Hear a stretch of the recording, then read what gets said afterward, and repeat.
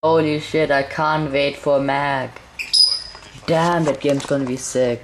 256 players. Can't wait on this sexy PS3. Yeah, it's kind of like very messy around here, but I have rock band shit. And yeah. Okay, this is Sparky. Say something, Sparky. Yeah? You a good boy? Are you a good boy? Yeah? Yeah, you a good boy? Are you a good boy? Yeah? Yeah? Who's a good boy? You a good boy? Yeah? Yeah? Watch this, watch this, watch this. See? Who can hold a love boy like that? Anyway, go to your teddy.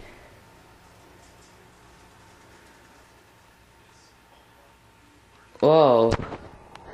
Okay, anyway, I'm gonna show you some of the Mag gameplay. So yeah, enjoy.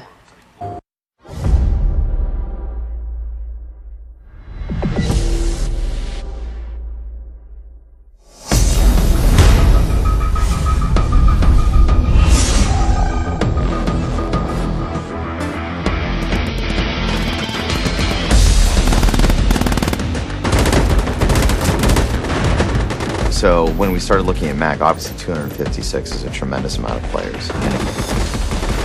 But we wanted to make you feel part of that large-scale battle, but we also wanted you to feel like you could influence the battle, so you're not just a cog in the machine.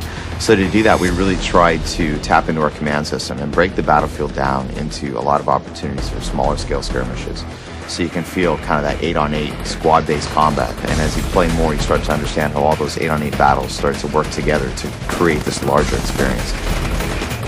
This isn't a game where simply everyone gets an icon on the field and they just charge for it and try and take the objective. There is a layer of command and control where players can go up the ranks and have more and more influence in terms of setting the objectives, providing support for their squads, their platoons, and basically allows players to have a greater sense of responsibility and effect on the larger battle at hand. A lot of games give you the ability to chat, which is great. We have that support as well, and that's how players really coordinate and act. Okay, head to the objective on the left. Flanking left, got it. But we also have enough tools built into the game that without any kind of chatting, I can point to an objective, a bridge, a gate, a bunker, and give all my squad mates an instruction, hey guys, go take that out. They'll all hear the VO and they'll have a visual indication of the world of what to go do. Destroy that bunker! Destroy that bunker.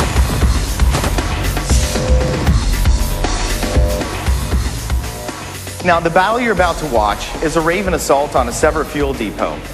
CJ Heine, Mag's lead level designer, is acting as our squad leader today. CJ's squad of 8, along with other 3 squads in his platoon, must secure a forward landing zone and push forward to the heart of the enemy facility. CJ's going to use another one of his command abilities. He's going to call in a cluster bomb to clear the enemy off this wall and secure the point so his team can push forward and hit the heart of this facility.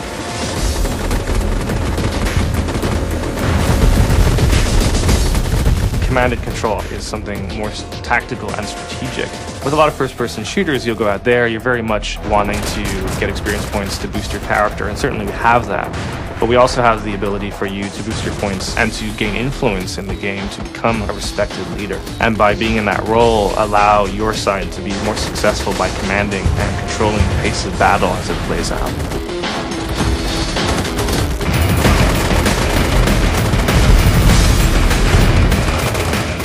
As soon as I first started the project, and they were running 256 players on a console, I said, okay, this is it. That's just something that nobody else is going to be doing. I don't think they'll be doing for quite some time.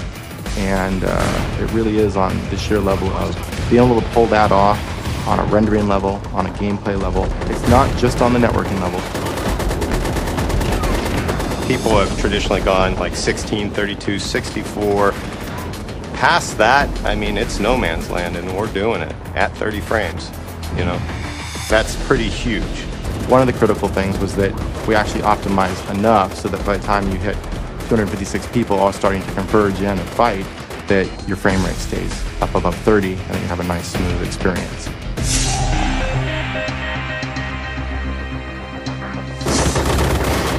what we wanted to do was make a game where you would be aware that there are that many players on the field, but that we would keep the gameplay manageable, that the events and the battles would be forgiving, that they wouldn't be so large that no one has a chance to excel, no one has a chance to win.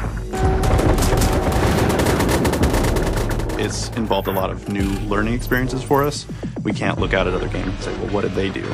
We've had to set up a lot of our own practices for setting up levels and features and things like that. So a lot of the things that we look to kind of in the conventions of a first-person shooter are still there and are still applicable to MAG.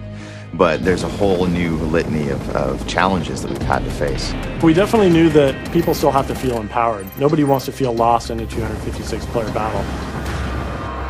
We don't want to have a wide open area and dump 256 players on it. It's dangerous. You're going to be shot from all sides. So we had to add a lot of density and cover in the assets. Another thing is the options. We want to give players options in these 256 player battles in MAG.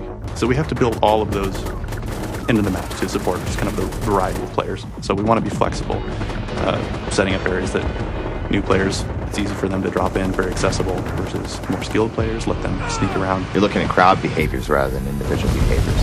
But at the same time, we wanted to make sure that we are thinking about every individual set of boots on the ground so that you as an individual can have a big influence on the battle.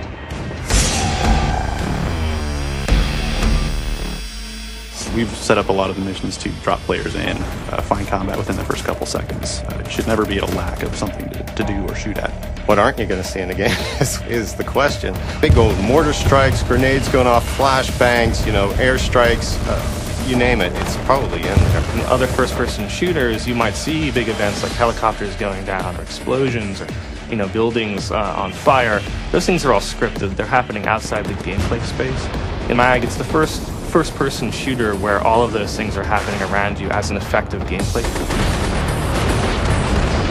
When you jump in there and you start to see, that the helicopters coming in and the C-130s dropping just loads of people parachuting in, and there's mortars firing, and you can see all the way across the battlefield.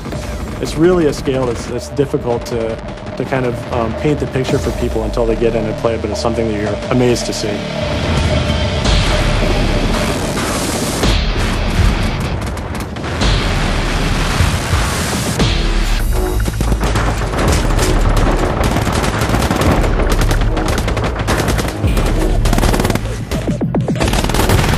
The PMCs are private military contractors, and they're organizations that hire themselves out to world governments to protect those governments' interests. So we have three major PMCs. We have Valor, Sever, and Raven. Valor is kind of your traditional military, kind of hardened, grizzled, in-country, kind of Western-associated forces. Raven is more the tactical elite, like super polished, up-to-the-minute technology guys. So they have all the latest gear, all the latest training. They're kind of like spotless and elite and sleek. And then Sever is kind of the rambunctious, I don't know if I'd say punk, but kind of like edgy, kind of like gritty, maybe tattooed PMC. And so they're the guys who are kind of more seat of their pants, maybe that, grew up rough and tumble, and they've kind of parlayed that into an existence in the PMCs. We want you to feel some loyalty to the group that you've chosen to join. So because of that, we wanted to make sure that each of the PMCs had a very different look and feel and a very different style. So think of it almost as, if you listen to different styles of music, you might gravitate towards one or the other. If you walk into a mission against Raven in their home base, it's going to have a much cleaner, much high polished look and feel to it because they're a very precise organization. Whereas Sever, on the other hand, is very improvised. They don't have the money, but they've got a lot of fire and a lot of passion. And so their facilities are a little bit more gaudy. They're a little bit more spray painted and looking a little bit almost gang-like in their organization. They are just very out there. I mean, the palette that we used for them is a very rusty palette, and there's a lot of dust and smoke, and they're just this ragtag, almost beyond Thunderdome type thing where they're just piecing stuff together.